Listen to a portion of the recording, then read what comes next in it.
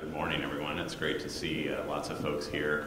I figured you'd all be very tired from reading the draft regulations that we put out on Monday evening. I know I am, so it took a lot of work this weekend, as you might have gathered. I think the morning session was wonderful, to hear these two talks to kind of set up the program, to discuss risks, and I especially liked what Erica had to say about managing the various risks and sort of understanding that it's important that those who are developing offset projects and trying to play a role in this market are really thinking about how to lessen the risk for them, which was really the purpose of why we put a lot of the rules in place in the cap and trade program. We wanted to make sure that all of you were involved in having the highest quality program possible. So we sort of pushed a lot of that risk onto you so that you would be managing that risk in your own activities and in your own contracting processes in order to benefit our program. So I really appreciate hearing that. I know that lots of these decisions that we've made over the years have caused some concern, but I think as you'll hear throughout the day, there's ways to mitigate that risk and sort of lessen the concern. And as well, I think that makes it a better program for all of us, which has the advantage of continuing this program in for the long term. So that's obviously going to be a benefit to all of us. So what I'm going to talk about today really is a little bit about the progress of the program so far. As you heard, Greg Mayer will be here this afternoon. He's our expert on developing new protocols and can really answer the questions about the details of the new protocols and the work related to that. I'm going to try and keep things at a little bit higher level and hopefully keep the presentation relatively short so that I can answer questions. So my goal here, I have sort of 10 slides with meat in it. There's a lot of words, but I'm not going to go into great detail. But in hopes that you guys will sort of pepper me with questions, and we'll see if I can answer them. So I'll give you kind of a brief status update. Of course, the regulation went into effect January of last year.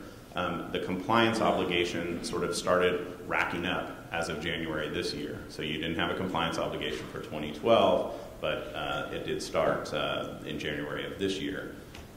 We've had regulatory amendments in several instances, and in fact, we're on our fourth set of regulatory amendments.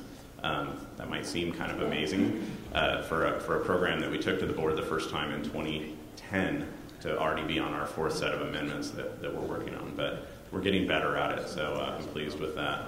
Our most recent set of amendments were the linkage regulations that were approved by the board this April. Those were then approved by the Office of Administrative Law and will be enrolled and enforced as of October 1 of this year.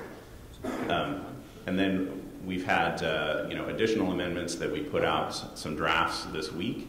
We'll have a workshop tomorrow, and we'll have anticipated board consideration of a version of these amendments this October. Of course, the drafts that we put out are really meant to discuss the various changes with stakeholders, get feedback, and then get to a point where we make a firm regulatory proposal to the board in advance of that October board hearing. And then we're kind of working, as we're amending the program, we're also working diligently with our partners in Quebec to link the programs starting January of next year. So there's a fair amount of work going on, and I think you'll get a flavor for that as I kind of go through these slides. And these slides will be available. They're totally public, so Belinda can send it out to folks who are registered for the program, since there is quite a bit of meat in them. So the amendments that we put out this week, we had several different things that we were trying to accomplish in these amendments. And what we did is we put out a draft of the regulation. We call it a discussion draft. This is not a regulatory proposal, despite what you might see in the trade media. In fact, what we're putting out is a set of regulations that you can look at, try and understand, and then help us in modifying those so that we actually capture the intent correctly. So this is my way of actually using all of you as reviewers because I don't have enough staff to do all that work. This is kind of a lazy man's way of getting a lot of additional people to work for me that aren't actually paid. So it's very convenient for me, and sorry that it creates extra work for all of you. We also tried to put out the summary and rationale of each of those amendments in what we call the notice. So it looks a lot like a regulatory notice. That's because we're going to have to write a regulatory notice, and then I won't have to change as many words when the official regulatory notice goes out, to talk through what the amendment is and why. So, hopefully it's clear what we were trying to do. If we didn't accomplish that, that's good. You can say, I don't think you got it right, and here's why. And then, we'll kind of move forward. The one piece that is missing in those is the draft protocols that are being developed this year, the mine methane capture and the rice cultivation protocols. We're hoping those will be out in the next couple of weeks, so you will get to see that in advance of the regulatory proposal. We're working diligently on that. The 370 some odd pages of regulations that were amended was kind of enough for us.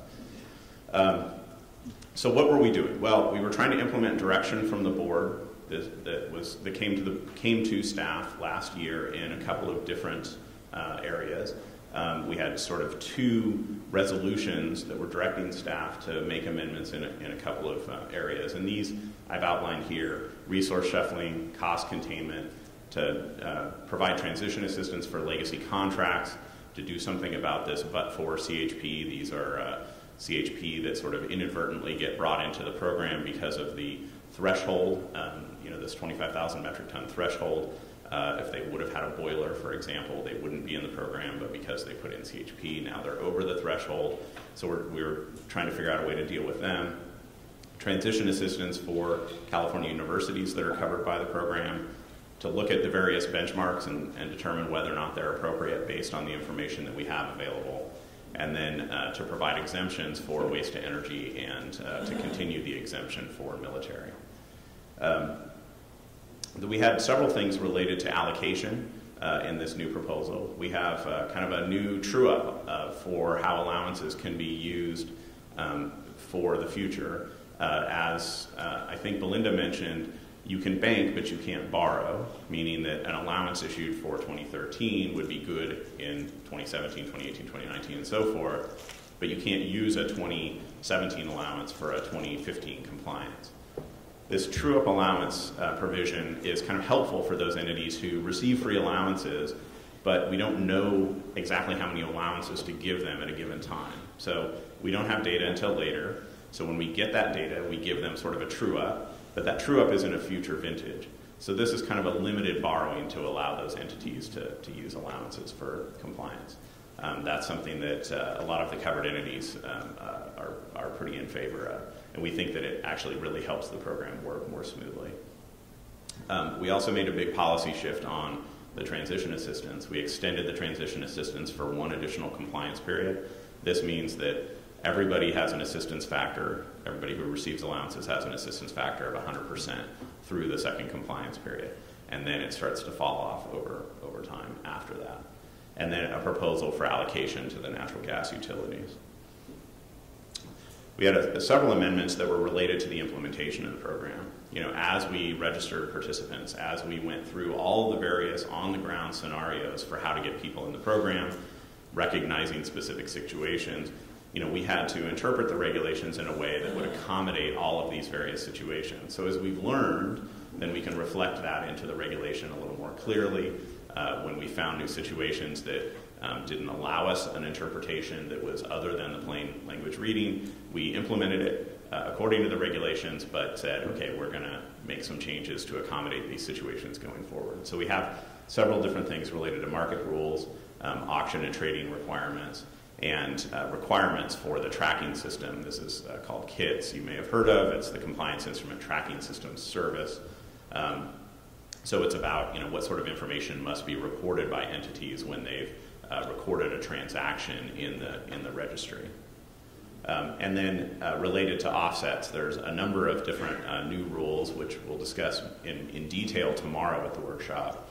But some of the big ones are of course, the new protocols that we're working on. So there's placeholders in the regulation related to those new protocols. There's kind of a larger role for air districts as regulatory bodies, governmental regulatory bodies, that they can kind of play a larger role in the offsets program, and those rules have been added to the regulation.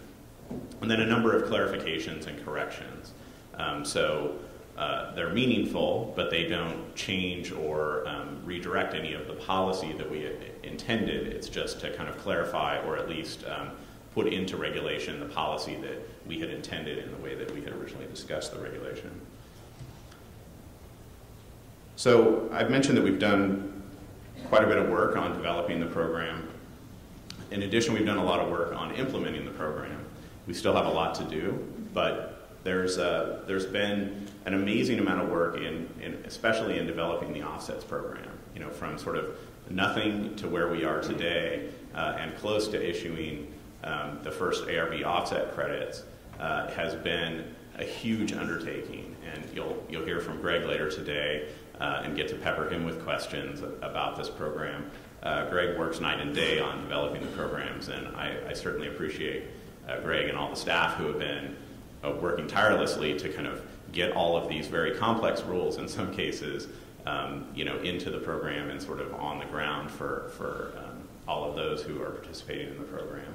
So we have a number of offset projects that have been listed. We have 10 compliance offset projects listed, and we're continually updating that. The first Wednesday of each month, we put in listings for the early action offset projects. That way everyone can kind of see at the same time, at noon, they can go back on to the website and see here's all the new projects that have been listed. We have 55 that have been listed to date, and we've received regulatory verifications on at least one of those projects at this point. And as I mentioned, we're working towards issuing ARB offset credits, and that is forthcoming. It's soon. I think we've said spring, now we're saying summer, but it is close. There's a lot of work, but never fear, it's happening. So verifiers and verification bodies, we've done a lot of training there. I think Erica mentioned that ARB's responsibility here is to train and require verifiers to pass a test. So we've done that in a number of cases. We've had 5 training sessions. Nearly 100 verifiers have been accredited.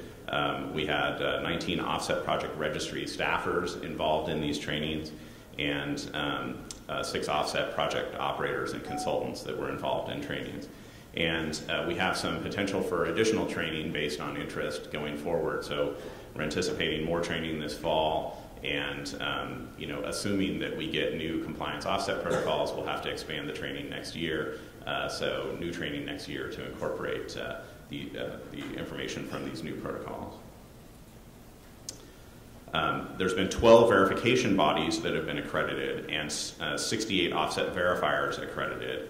And then there's a class that I think we're still waiting to do the final accreditation from the latest class. And you can see the numbers here for the various verifiers. So there's more work to do, but I think we're making great progress. From our perspective, this is very encouraging to see this level of interest among the community, and that we're seeing kind of growth over time, that we're seeing more and more verifiers and interest in the offsets program, recognizing that once that first ARB offset credit is issued, things will likely really take off at that point. So we understand what we're working toward here. The new protocols. So some of you may be on these work groups. We have a work group for each of the different protocol types. We have mine methane capture and rice cultivation. The idea of the work group was that it should be a public process where people can see what the materials are and engage in the discussion if they desire, but not this kind of formal, well, we don't necessarily intend the workshops to be formal, but this, stand up and provide 3 minutes of testimony sort of approach. We want people to dig in, roll up their sleeves and actually get in there and provide useful information and engage in that discussion to help us develop these protocols. So from what I can see, that process is going well. I think staff are very encouraged, and they really appreciate the participation that they've had from stakeholders. And I think we're making good progress there, as I mentioned, working towards getting the drafts of those protocols out very soon, hopefully within the next few weeks here. And of course, these two protocols are targeting a very specific pollutant, methane. It's obviously a very strong, very potent greenhouse gas forcing agent in the atmosphere. According to the second assessment, it's at 21 global warming potential compared with CO2.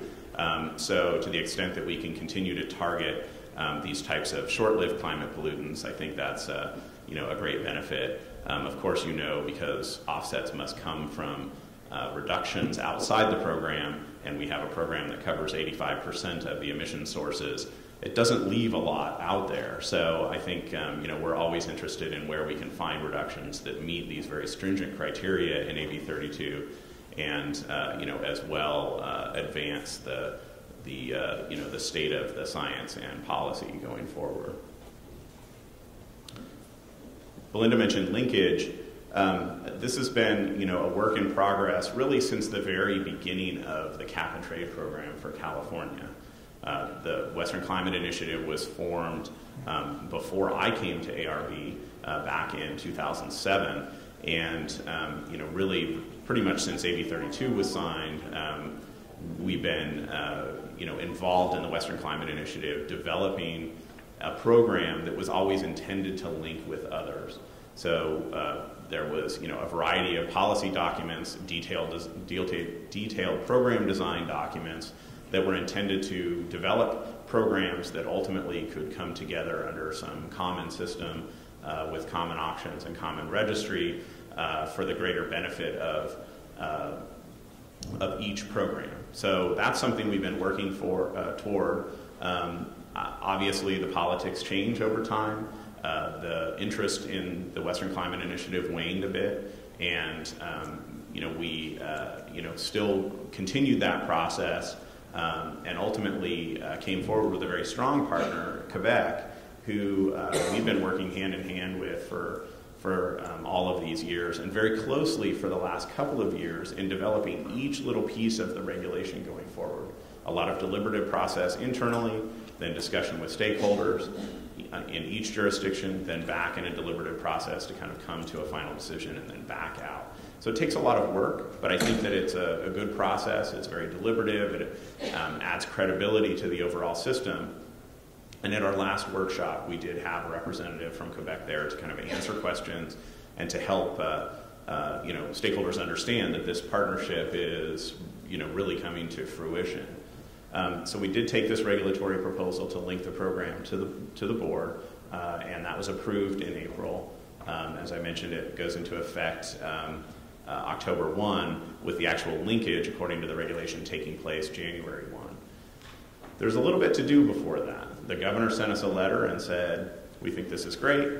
I think the programs are really good. I agree that they're equivalently stringent, and it meets the statutory requirements. But I want to make sure that you guys are really on track, and I want you to come back and report. Are there any impediments to this linkage? Is there any concern? Are you on track? Is there, what's left to do? So we have a report back to the governor on November 1st. And in getting to that report, we're working through a number of different processes to make sure that things are on track. So it's the joint tracking system for the issuing of allowances and offsets. That common joint tracking system, there's a whole IT infrastructure there that we need to make sure is solid before we kind of lift the wall. And a platform for joint auctions. That's obviously something that we have to work toward. But there's also some things that are kind of behind the scenes, coordinated market monitoring and surveillance. There's a lot of questions just in terms of who does what when, and how do you each do those things in your own jurisdiction so that you're maintaining that authority, but also do so in a way that is truly linked in, so that it's independent but joint. So those are the types of things that we're working on, a lot of the internal processes and procedures so that Quebec is comfortable with our internal processes and procedures and vice versa. So that's been something that we're working for. And that's really this kind of day-to-day operational, who does what, who has authority, who can see what in each of the programs, how is that vetted, and who has that ultimate approval. So these are things that we're working on very diligently. So how's the program going so far? Well, we've had 3 auctions. I think things are going swimmingly. I'm an optimist.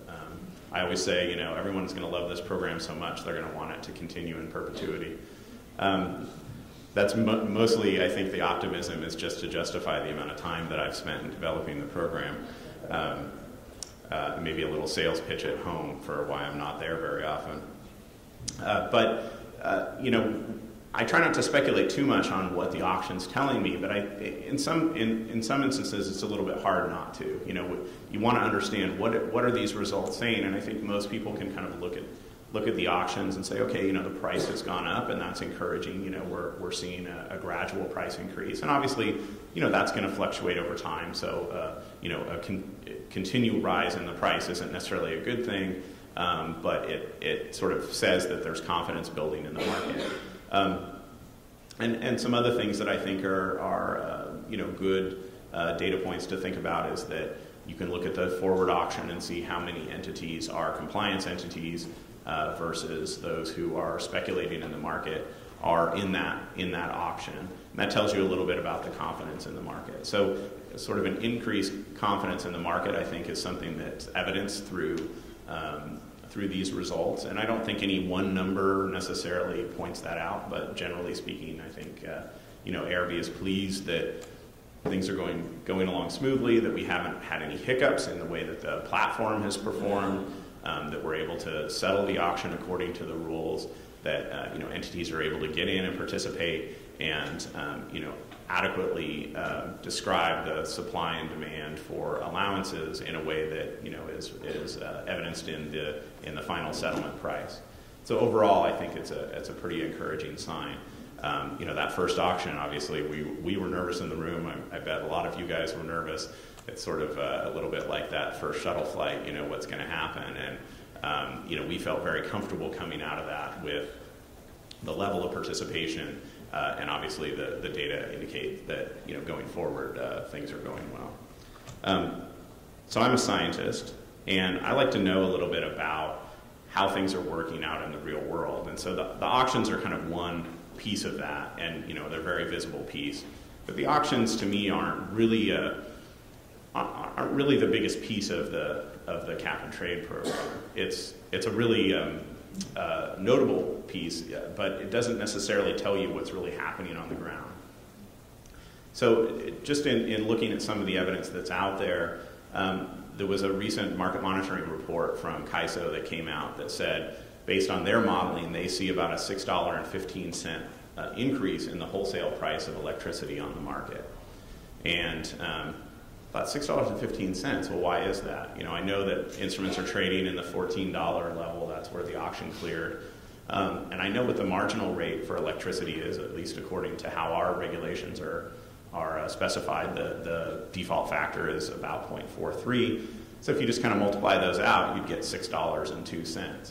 So that tells you that the market's actually accurately reflecting this carbon value in electricity. So this is a really transparent way to see what's happening out there. Well, as you might imagine, we're concerned with prices. This is something we think a lot about. And so I was trying to think about how to explain that to folks. What does that actually mean? Well, it essentially means that all generators get paid about $6 more in the market for the electricity that they sell now once the cap and trade's in place. If you're a generator that doesn't have any obligation, you're renewable, say solar, you get an extra $6 for your electricity. That's a pretty nice little incentive. You know, solar electricity might be a little more expensive to produce, so this is kind of an added bonus for doing that. And but if you're a fossil generator that's emitting a lot of greenhouse gas, then you might have a pretty big obligation. So if you're coal, then you're going to be sort of like it's going to cost you effectively about $12. So when you think about it, essentially what this means is that that coal generator is paying the solar guy about $6 a megawatt hour to produce that electricity. And that's, I think, just really nice evidence how the program is intended to work, how the incentive structure works out, and that on the ground things are working the way it's intended, that you're seeing this incentive to shift away. Of course, the emission reports will help us determine, what this really means in the real world. But the fact that we're already seeing this pricing in the electricity, I think, is a really important outcome. So we have a workshop tomorrow, as I mentioned, board consideration in October, and then the rest of the slides are really just additional info, where you can find information on our website and sign up for listserv, and then specific contacts. Thank you.